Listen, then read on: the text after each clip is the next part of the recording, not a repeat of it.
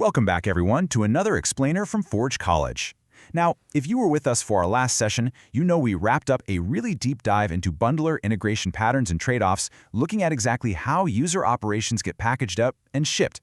So today, we are taking the very next crucial step. We're getting into Paymaster roles, costs, and security. And this is a big one because Paymaster behavior literally dictates whether a bundler is going to accept your submitted user operation in the first place and whether your sponsored transaction actually survives the runtime execution. We've all been there, right? It's the classic Web3 mystery. You've prepared what looks like a flawless user operation, you've signed the smart wallet portion perfectly, you hit submit, and crickets. Just a dead transaction. The bundler rejected it right during the pre-check.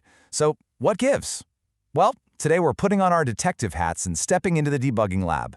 We are going to reproduce, detect, and fix the absolute most common Paymaster-related failure modes so you can safely wire all this logic into a smart wallet without pulling your hair out. Okay, let's dive into this. ERC 4337 actually splits the Paymaster's job into two very distinct roles. First up, we have validatePaymasterUserOp. Think of this function as the bouncer at an exclusive club. The bouncer checks the VIP list, makes sure you're allowed in, and checks that you have enough funds locked up to cover your minimum spend. Then we have postOp. This is the accountant. The accountant sits in the back office and settles the actual gas tab after the party is over. Now, if the bouncer makes a mistake, you just don't get in at all. But if the accountant makes a mistake, well, the whole thing explodes after the fact. All right, Section 1, the debugging lab. Let's get set up. To really understand how these roles work under the hood, I want you to grab your virtual Mad Scientist lab coat. We're going to build a minimal Hardhat test harness, and we'll add a few built-in toggles that let us intentionally trigger some failures. Here's our baseline test flow before we start flipping any switches. Step 1, we deploy our smart wallet and attest Paymaster to a local node. Step 2, we spin up a mock bundler script that's listening for incoming transactions. And Step 3, we submit a standard, properly formed user operation. If all our failure toggles are off, the bouncer nods us through, the accountant handles the bill, the bundler simulates inclusion, and we get a beautiful green success message. That is our control group. Now let's cause a little chaos. Experiment number 1, the empty wallet failure. For our first experiment, we're going to flip a toggle in our smart contract called Drain Deposit. Imagine walking right up to our club bouncer with a completely empty wallet, just trying to bluff your way inside. To the bouncer, which is the bundler's pre-check phase, your required gas deposit is completely unmet. Your available deposit sits at exactly 0%. The bundler queries the Paymaster's balance, compares it against the required gas for your operation, and immediately throws up a massive red flag. The math simply does not add up. As any good detective would do, we check our bundler console logs. And here is the literal symptom of this rejection.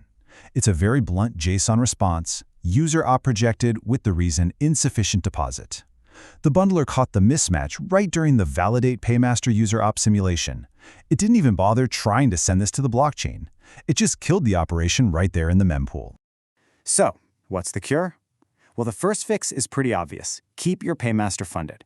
Call the deposit function and fill it up with ETH. But there's actually a second, much more subtle fix here. You absolutely must ensure that the bundler's deposit query logic perfectly aligns with your Paymaster's accounting. Think about it. If your Paymaster uses some non-standard balance source, but the bundler is only looking at the default deposit slot, the bundler is going to think you're broke even if you aren't. Synchronization across the board is key. Moving right along to Experiment 2, the strict bouncer failure. Let's run our next test. We go ahead and refill our deposit, but this time we intentionally flip a new toggle called Fail Validate. This simulates a Paymaster that outright rejects you based on its own internal policy. When we submit the user operation this time around, our mock bundler spits out a totally different error. Paymaster Validate failed. The bouncer didn't reject you because you were out of funds. The bouncer rejected you because your name simply wasn't on the VIP list, or maybe your signature was formatted incorrectly. You were stopped dead right at the front door. This is what we call a policy failure. And it's absolutely critical to define the difference between a transaction failing for economic reasons, like what we just saw in Experiment 1, versus failing due to business policy checks. A policy failure means the contract logic evaluated things like an allowed sender list, some custom contract limits, or custom signature requirements, and it actively made the decision to revert the transaction. Now, what's really interesting here is the architectural fix. To build truly robust paymasters, you must rigorously separate your economic checks from your policy logic. If a signature is bad, don't just throw a generic revert that confuses the bundler. Return informative error contexts. Actually, a super common mistake is blending deposit checks and policy checks all together. That just results in these opaque error strings that leave developers and automated bundler retry mechanisms completely blind to what the actual problem is. Let's look at experiment 3. I like to call this one the postOp disaster. Time for our most chaotic experiment yet. The bouncer lets us in, validation passes perfectly, but we intentionally alter the mock bundler so that execution implodes during settlement. Let's trace how this builds. A user operation lifecycle goes from submission to the pre-check into the actual execution and finally lands at step 4, post-op reimbursement. Our operation sails through steps 1, 2, and 3 without a hitch. It hits step 4 and lands squarely on the accountant's desk. And boom, we get a revert trace screaming insufficient reimbursement. Why did that happen? Well, because in this specific experiment, our postOp function was written to demand an immediate MSG.value transfer from the bundler to cover the gas. But our mock environment didn't forward any value, so the require statement completely failed.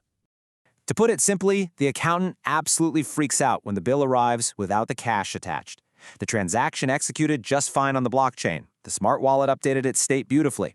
But the Paymaster's final settlement logic blew up the entire operation. Why? Because it made rigid, completely unsafe assumptions about how it was getting reimbursed by the bundler.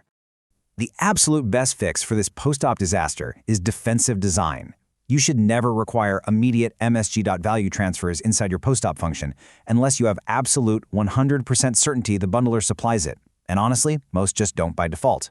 Instead, you've got to use agreed-upon explicit deposit withdrawal patterns. Let the ERC 4337 entry point handle the gas accounting internally from your locked deposit rather than trying to force external token transfers in the final millisecond of the transaction. Okay, bringing it all together, the debugging workflow checklist. So we've seen the 3 major ways paymasters can fail. Now we need to transition our little mad scientist experiments into a reliable, repeatable engineering workflow. Guessing based on opaque RPC errors is just a massive waste of your time. You need this specific 4-step debugging process. First, reproduce the issue in your local mock harness, isolated. Second, capture the raw bundler JSON and the on-chain F_call traces. Third, apply a concrete mitigation checklist to your smart contract. And fourth, rerun the scenario and physically verify that the bundler logs show a successful inclusion with the correct gas accounting. That is how you build a concrete debug report. To really tie it all together, I highly recommend keeping a mental matrix exactly like this one. You map your failure mode, whether that's insufficient deposit, policy rejection, or a postOp revert, directly to the responsible role, meaning either the bouncer at validation or the accountant at settlement. Then you apply the precise mitigation. Here in the Forge College learning programs, we see it all the time. Developers who internalize this matrix turn complex ERC 4337 debugging into second-nature architecture. It will completely change how you build. Which brings us to the big question. Are you ready to actually wire these Paymaster hooks directly into your smart wallet? Because at the end of the day, a Paymaster is only as good as the wallet it protects. Now that you know exactly how to diagnose and fix the bouncer and the accountant, integration is our next frontier. Keep in mind, this lesson is just one vital piece of our broader module on social recovery patterns and gas abstraction, which fits right into mastering wallets, account abstraction, and key management. If you're ready to dive deeper and explore more advanced Web3 architecture, you absolutely have to visit forge.college. Thanks so much for joining me on this explainer, and I will see you in the next one.